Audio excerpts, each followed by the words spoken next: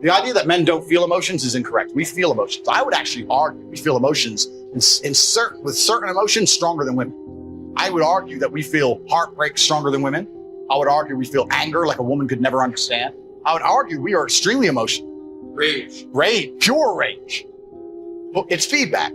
So when you get the feedback, it's all about how you internalize it and how you process it, right? It's having, stoicism's not feeling emotions. It's feeling the emotion and going, okay, why is this happening? How much does this really matter? What's the most intelligent move on the chessboard? Chess is a fantastic game because in the game of chess, there's no luck. If you lose, no matter how well you played, if you lose, at some point you made a mistake. Even if it's the most minor mistake, you made a mistake. So you learn to understand that no matter what happens to you, if you lose a scenario, you made a mistake. Maybe it's a tiny one, maybe it was 2 years ago, whatever, but you made a mistake. And you learn absolute and utter accountability for yourself. And that mentality is extremely powerful to apply to all things in life. The position I'm in now as the most hated man in the world, although I agree and I truly believe it's unfair, I still take complete responsibility for. I'm not going to sit here and say, I'm telling you why it happened when I talk about TikTok, YouTube Shorts, but I'm not going to blame them. Absolutely. They're a company making money and they're monetizing the best they can. Fantastic. All of this is my fault. But the Bugatti on my drive is my fault. And the yacht is my fault. Private jet's my fault.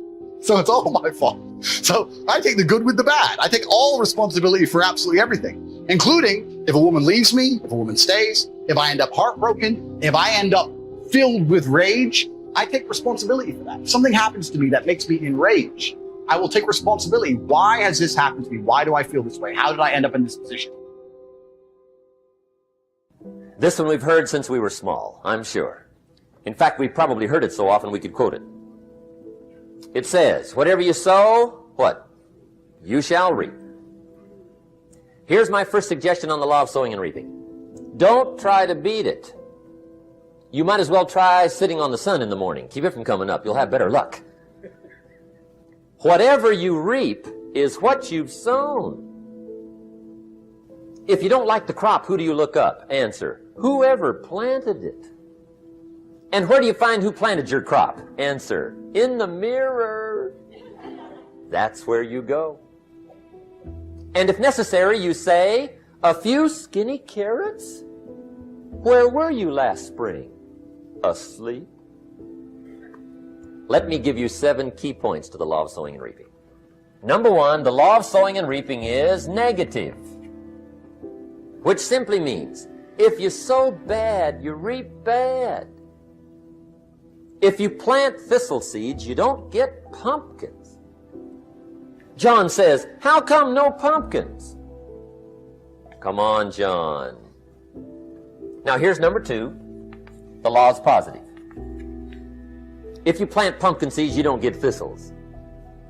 Mother Nature won't pull tricks on you over in the corner snickering and pushing you thistles and you planting pumpkin seeds. She won't do that. Now here's number 3. See, you do not reap what you sow, but rather you always reap much more than what you sow. You don't get back what you put out. You get back much more. On the negative side, it said, if you sow to the wind, you reap the whirlwind. There's one thing better than the truth, and that's the whole truth. And here's part of the whole truth of the law of sowing and reaping. You could lose. There are times when you just lose, no matter what you do. It's that kind of planet. The farmer plants his crop in the spring, takes care of it all summer, works 10, 12 hours a day, is an honorable man. But the day before he sends the combines into the field, a hailstorm comes along and beats it all in the ground, which means you lose. It's just that kind of planet. Sometimes it's going to hail on your crop, so you got to get ready for that or you will be naive. And don't press me why. I was not in on some of the original decisions here, so I don't know how it got set up. But now here's number 7. And it goes like this. It's just another way to quote the same law. If you don't sow, what? You don't reap. You don't even have a chance. Get you some sowing going. And remember, you've got plenty of time. Some people spend enough TV time to make a fortune. Well, the average television is on in this country in every household 7 hours a day. I asked a guy one time what his TV cost. He said about $450. I said, you forgot to look at the price tag. I said, that television costs you, in my opinion, at least $12,000 a year. Owning it's cheap. Watching it is what's expensive. Pay a little, but not $12,000. And he's the guy that said, I hope pay TV never comes. And here's a good question to ask. We are all buying somebody's plan. The question is, whose? Who's got you talked into your present plan? Who's got you talked into doing what you're doing? See, 10 years from now, you will surely arrive. The question is, where? But now's the time to fix the next 10 years. And who can? Anybody. It's not what happens that determines the major part of your future. The key is what you do about it. We cannot change the circumstances, but we can change ourselves. If you will change, everything will change for you. Work hard on yourself and develop a skill. I'm telling you, your whole life can explode into change. Money, no problem. Future, no problem. If you just go to work on the right thing and start working on the inside, work on your philosophy, work on your attitude. And if you'll start making those personal changes, I'm telling you, everything will change for you. Seize the moment. Do you know how much time you have left? If you put everything off until you're sure of it, you'll never get anything done. When you have these ideas of greatness, you got to go forward. You got to go, man. Never wait on the right time, because the right time ain't ever coming. But if you don't do it now, when you gonna do it? Oh, when I get all my ducks lined up. Is that right? What if it's not duck season? Defer no time. Delays have dangerous ends. You were chosen to do the greater work. That's why you're still breathing. You're not a loser. You're a winner. You were born to win. You came here winning. I'm not going to be among those who just watch and say, isn't this awful? Your people are feeling hopeless, powerless, that they have no control over what's going on with them.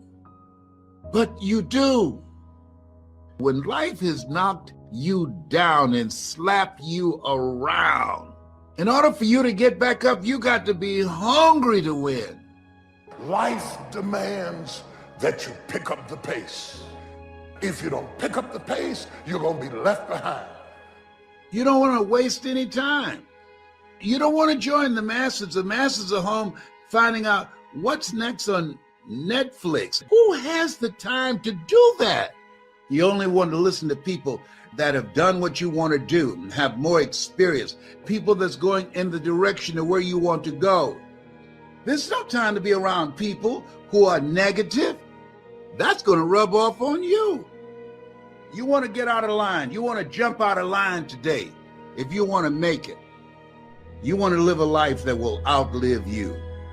I don't have time to be looking at no Netflix. When you're hungry to win, you make decisions that your future self will say, I'm glad you made that decision. Thank you. People that are hungry to win are rethinking their lives, and we shouldn't be playing either. Pray as if everything depends upon God, but work as if everything depends upon you. Nothing works if you don't work. You got to take better care of yourself. You got to intensify the effort. Don't just surrender. You got to keep it moving. Every man understands you shouldn't be complaining about things you cannot change. You have to play the cards you're dealt. To be born a certain height and then to sit there and go, what do I do? I'll tell you what you do. You become the best version of yourself, just like everyone else does. Nothing about the height is in and of itself enough value for me to be a valuable man. As a man, you build your value. You are born with the cards you're dealt. Sure, it'd be ideal. Look, I'd love to be 7 foot tall. I'm not.